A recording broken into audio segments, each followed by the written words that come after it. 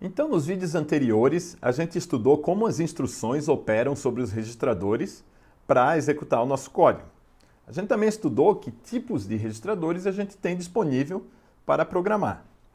Um último aspecto importante que a gente tem que observar na nossa arquitetura, para a gente poder programar ela com maestria, é então a organização de memória do nosso processador. Aqui nesse slide, eu tenho a organização geral de um processador com arquitetura Cortex-M4, ARM v7-T. Como ela é uma arquitetura de 32 bits, o máximo que ele vai poder endereçar é 2 elevado a 32 menos 1 bytes. A gente tem, então, 4 gigabytes de memória. Dessa maneira, eu posso afirmar que o espaço de endereçamento do meu processador rodando na arquitetura Cortex, então, é de 4 GB. Esse espaço de endereçamento tem várias reservas para os diferentes tipos de memória do nosso processador e mais algumas coisas que eu vou mencionar mais para frente. No vídeo sobre arquitetura, a gente estava falando que o processador geralmente tem dois tipos de memória. Eu tenho uma memória não volátil, então uma memória ROM, que serve para armazenar meu código. Na arquitetura Cortex, eu tenho então esse primeiro espaço de memória reservado para a minha memória de código. O processador que a gente está utilizando é um processador de 256K de memória flash, que é a memória de código do meu processador. Então, esta região de memória vai estar mapeada aqui na região de código, desde o início da região, que é na posição 0, até então a posição 0x0003F.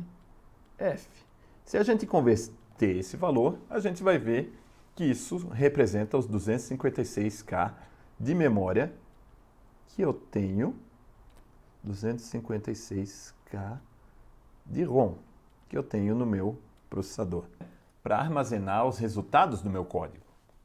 Como a gente viu em vídeos posteriores, essa região é a região de memória volátil, então aqui no caso representada pela SRAM. Na arquitetura Cortex, eu tenho a região de 0,20000 até 0x40000 menos 1 para armazenar esse código. Como o meu processador é um processador que tem 32K de memória RAM, essa memória vai ficar mapeada aqui do início da região reservada pela RAM até a posição 0x2000 mais 7FFF, que representa justamente esses 32K. Então, aqui eu tenho 32K de RAM. A próxima região no mapeamento de memória do meu Cortex-M4 é uma região reservada para periféricos. Daí vem a pergunta, por que os periféricos estão mapeados aqui, se eles não são uma entidade de memória? É assim que eu utilizo qualquer um dos periféricos que o meu processador tiver. Por exemplo, se eu quiser acionar um pino de I/O, existe uma região de memória que altera o estado desse pino e esta região de memória vai estar mapeada aqui nesta região. Esse processo vai ficar bem mais claro a hora que a gente começar a trabalhar os diferentes periféricos do Cortex-M4. Por hora, essa região ela então vai estar mapeada do 0x4 com 7 zeros até a posição 0x400F, F. Seguindo no nosso mapeamento de memória, nós temos duas regiões reservadas para elementos externos. Então, para periféricos externos e RAM externa. O nosso processador não tem suporte para esse tipo de dispositivo. Mas em processadores Cortex mais avançados, toda essa região de memória externa ou periféricos externos estaria mapeada aqui do 0x6 com 7 zeros até o D com 7 Fs.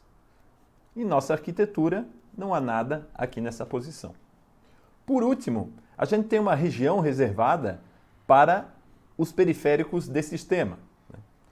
O Cortex M4 tem alguns periféricos que são padrão entre as várias abordagens, várias implementações dos nossos processadores. Esses periféricos vão estar mapeados aqui e nós vamos estudar eles em vídeos posteriores.